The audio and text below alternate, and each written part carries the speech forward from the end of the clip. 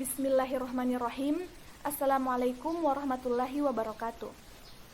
Yang terhormat Ibu Dr. Kamsinah MPDI selaku dosen pengampu mata kuliah Sejarah Peradaban Islam. Pertama-tama, marilah kita panjatkan puji syukur atas kehadirat Allah Subhanahu wa Ta'ala yang telah memberikan rahmat dan hidayahnya kepada kita semua. Dan tak lupa pula salawat dan salam semoga selalu tercurah kepada junjungan kita Nabi Muhammad SAW. Saya Wafiyah Ashifah Fadillah, mahasiswi jurusan Pendidikan Bahasa Inggris, Fakultas Tarbiyah dan Keguruan, Universitas Islam Negeri Alauddin Makassar, akan memaparkan beberapa materi mata kuliah Sejarah Peradaban Islam. Bismillahirrahmanirrahim. Materi pertama, Sejarah Peradaban Islam sebagai ilmu pengetahuan. Pengertian sejarah peradaban Islam. Sejarah peradaban Islam adalah kemajuan dan tingkat kecerdasan akal yang dihasilkan dalam satu periode kekuasaan Islam, mulai dari periode Nabi Muhammad SAW sampai perkembangan kekuasaan Islam saat ini yang berperan dalam melindungi pandangan hidup Islam, terutama dalam hubungannya dengan ibadah, penggunaan bahasa, dan kebiasaan hidup bermasyarakat. Pengertian ilmu pengetahuan. Ilmu pengetahuan adalah deretan konsep dan skema konseptual yang berhubungan satu sama lain sebagai hasil eksperimen serta observasi yang diperoleh melalui pengalaman-pengalaman. Sejarah peradaban Islam sebagai ilmu pengetahuan.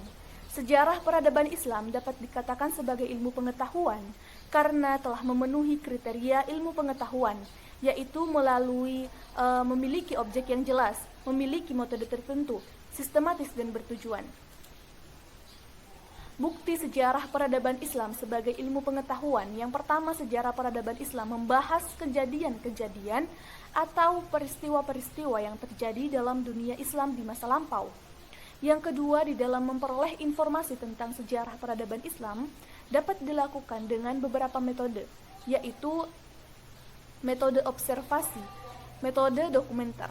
Sedangkan dalam penulisannya, sejarah peradaban Islam melalui beberapa metode, yaitu metode deskriptif, metode komparatif, dan metode analisis sintesis. Yang ketiga, sejarah peradaban Islam disajikan secara urut atau sistematis, berdasarkan tahun kejadian, peristiwa yang mengawali hingga akhir dari peristiwa. Kebenaran fakta sejarah peradaban Islam diperoleh dari penelitian sumber sejarah yang dikumpulkan dengan menggunakan rasio. Kebenaran fakta sejarah peradaban Islam adalah objektif karena dalam menyusun kisah sejarah harus berdasarkan fakta yang ada.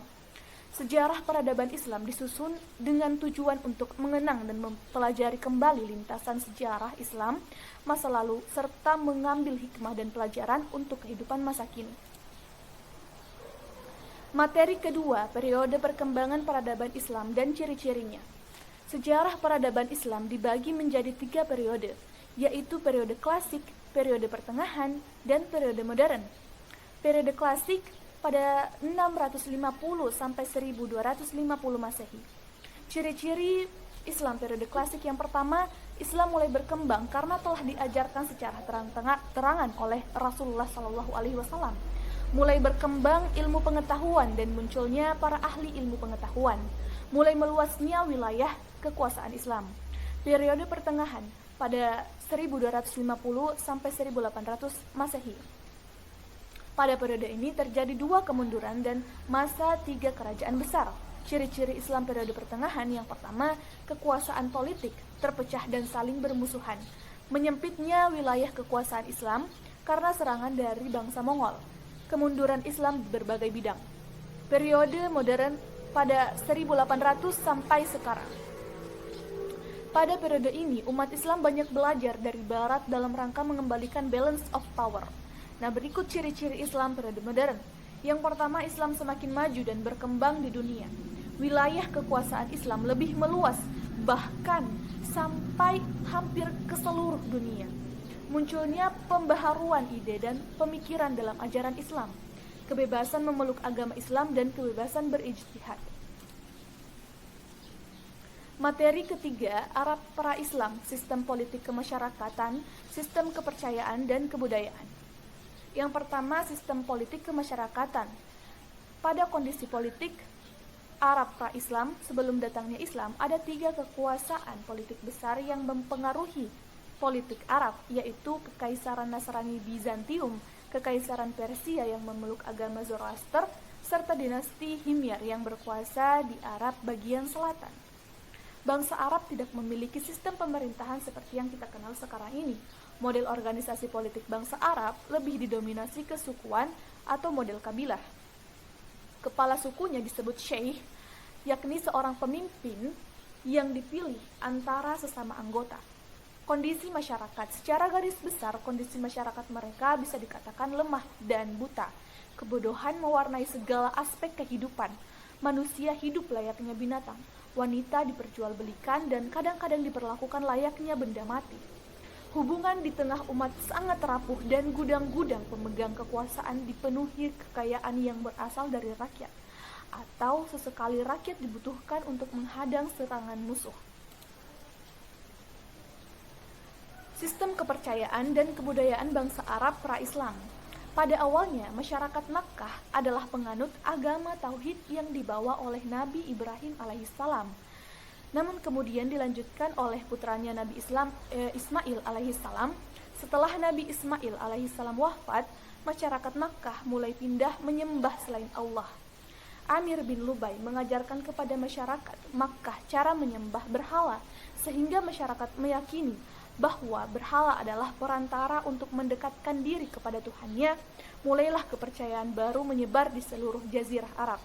Masa itu disebut masa jahiliyah. Di samping kepercayaan terhadap penyembahan berhala, ada kepercayaan lain yang berkembang di Makkah, yaitu yang pertama menyembah malaikat, yang kedua menyembah jin, ruh atau hantu. Materi keempat, pembentukan peradaban periode kenabian pada fase Mekah dan fase Madinah. Pembentukan peradaban periode kenabian pada fase Mekah. Secara umum pada periode Mekah, kebijakan dakwah yang dilakukan Nabi Muhammad SAW adalah dengan menonjolkan kepemimpinannya, bukan kenabiannya. Yang pertama, dakwah secara diam-diam. Yang kedua, dakwah secara terbuka. Pembentukan peradaban periode kenabian pada fase Madinah. Pada fase Madinah ada beberapa bidang yang dikembangkan sebagai wujud dari upaya Nabi untuk membentuk negara Islam. Di antaranya yaitu pembentukan sistem sosial kemasyarakatan. Pada fase pembentukan sistem sosial kemasyarakatan, peradaban atau kebudayaan pada masa Rasulullah SAW yang paling dahsyat adalah perubahan sosial.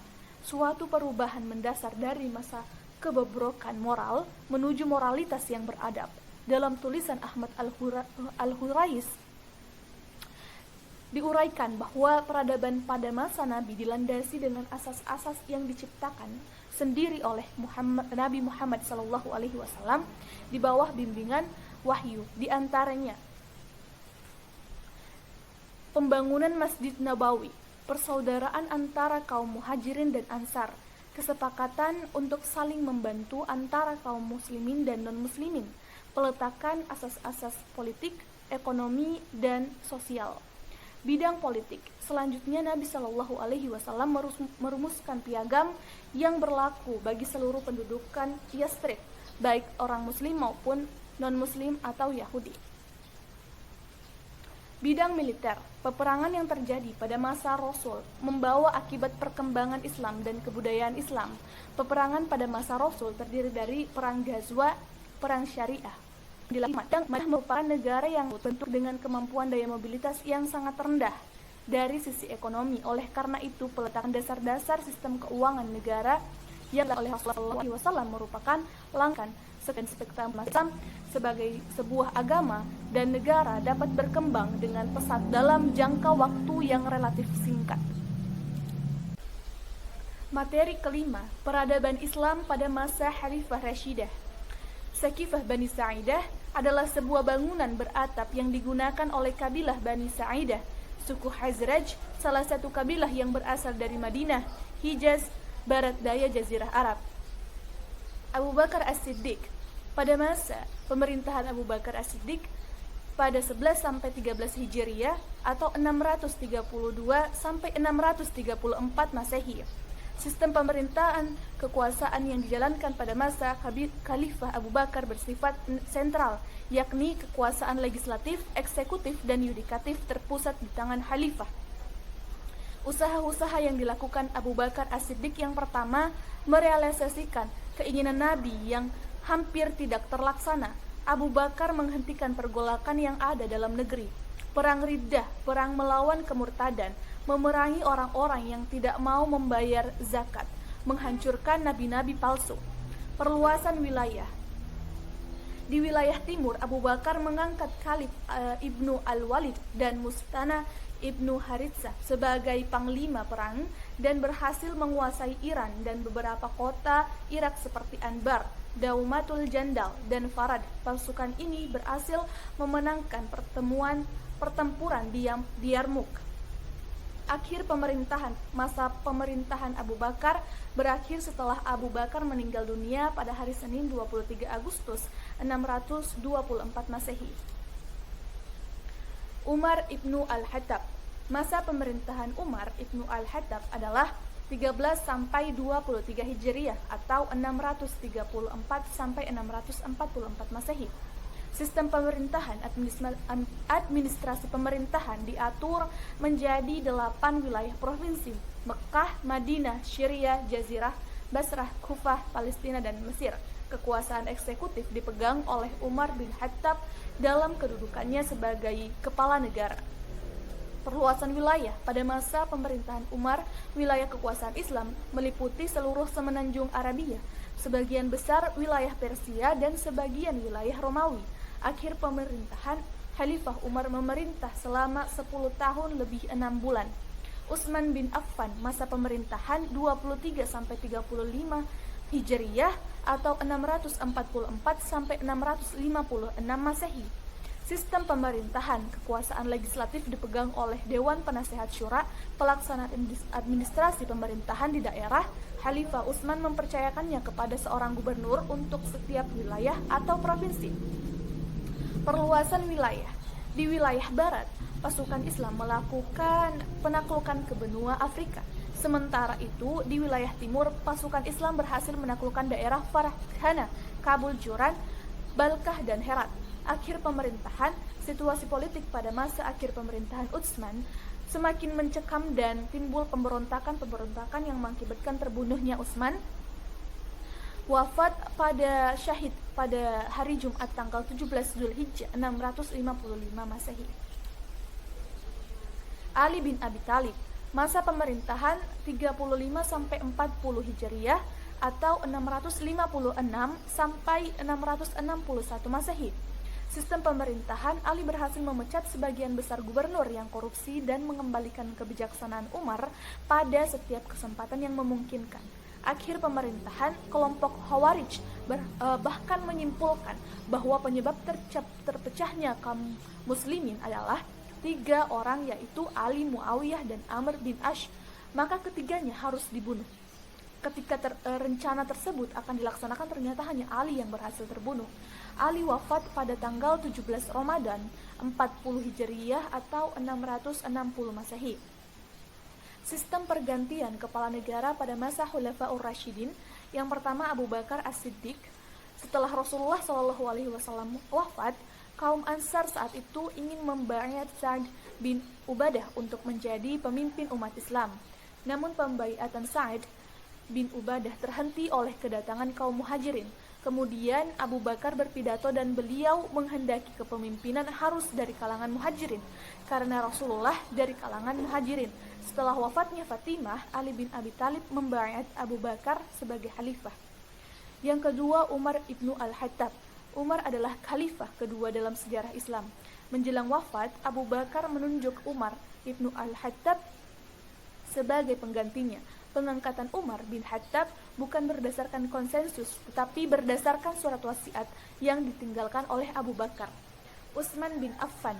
Pengangkatan Utsman bin Affan dengan melalui jalur musyawarah merupakan hasil pemikiran matang Umar bin Khattab sebagai jalan tengah yang ia anggap paling baik. Ali bin Abi Thalib. Dilihat dari berbagai segi, Ali dianggap yang paling utama. Dalam sebuah permusyawaratan, Abdurrahman bin Auf menetapkan Ali sebagai tokoh yang paling dipercayai umat setelah Utsman bin Affan.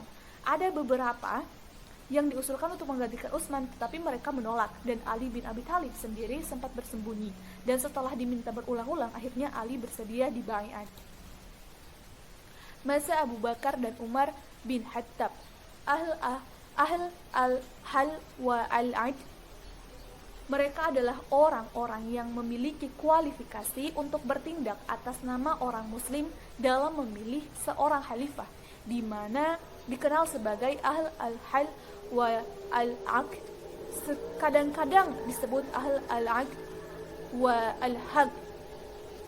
Sistem politik Abu Bakar As-Siddiq. Bentuk pemerintahan Abu Bakar adalah monarki. Umar ibnu al-Khattab. Model perpolitikan yang diterapkan Umar terhadap kedaulatan yang baru itu menjadi penggerak kemajuan dakwah Islam yang bertahan lama sepeninggalnya. Militer Abu Bakar As-Siddiq untuk memerangi para pembangkang dan kaum murtadin ini, Abu Bakar membagi pasukan menjadi 11 brigade.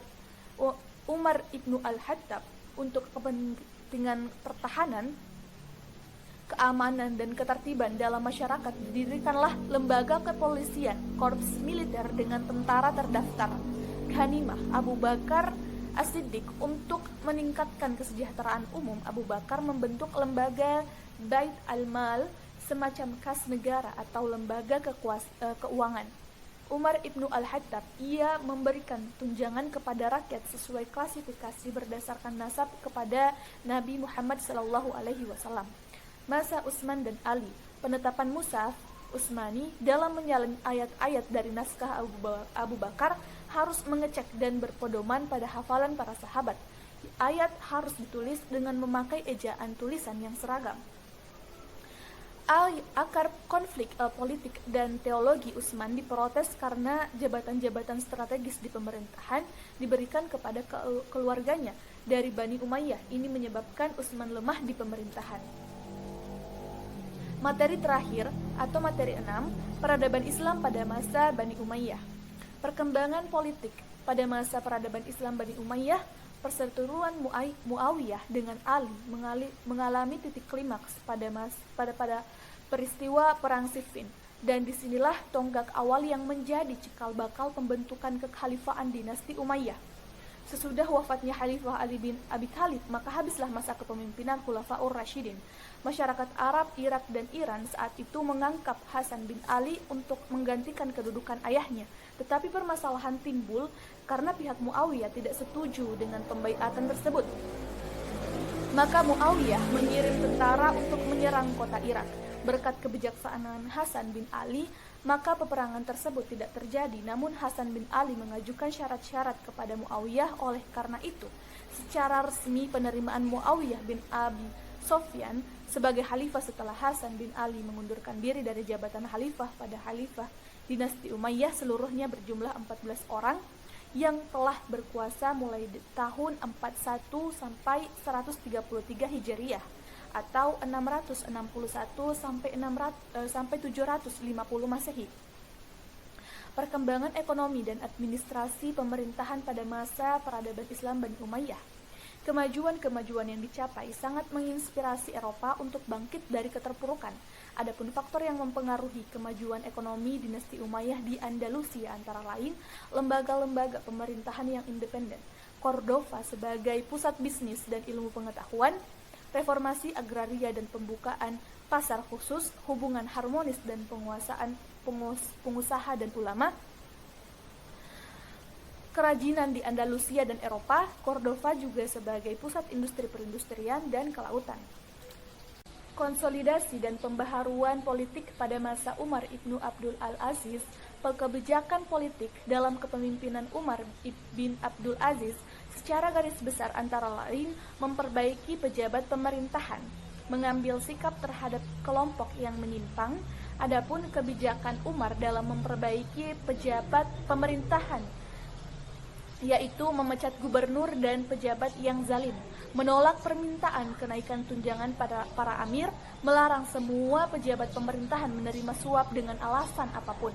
Gerakan oposisi terhadap Bani Umayyah pada akhir-akhir masa jatuhnya Bani Umayyah telah muncul gerakan oposisi terhadap Bani Umayyah ini. Gerakan-gerakan yang digencarkan oleh kelompok-kelompok itu sebagai berikut. Yang pertama, kelompok Syiah, yang kedua kelompok Sunni, yang ketiga keluarga Abbas, yang keempat perpecahan antara suku, etnis, dan kelompok politik. Di dalam referensi yang berbeda, pada gerakan oposisi terhadap Bani Umayyah, penyebab utama keruntuhan dinasti Umayyah ini disebabkan dua faktor. Pertama, faktor intern, yaitu adanya persaingan dan perebutan kekuasaan di antara para keluarga khalifah.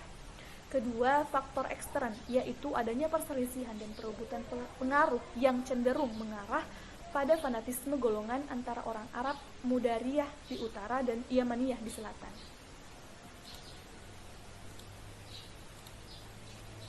Baiklah, terima kasih.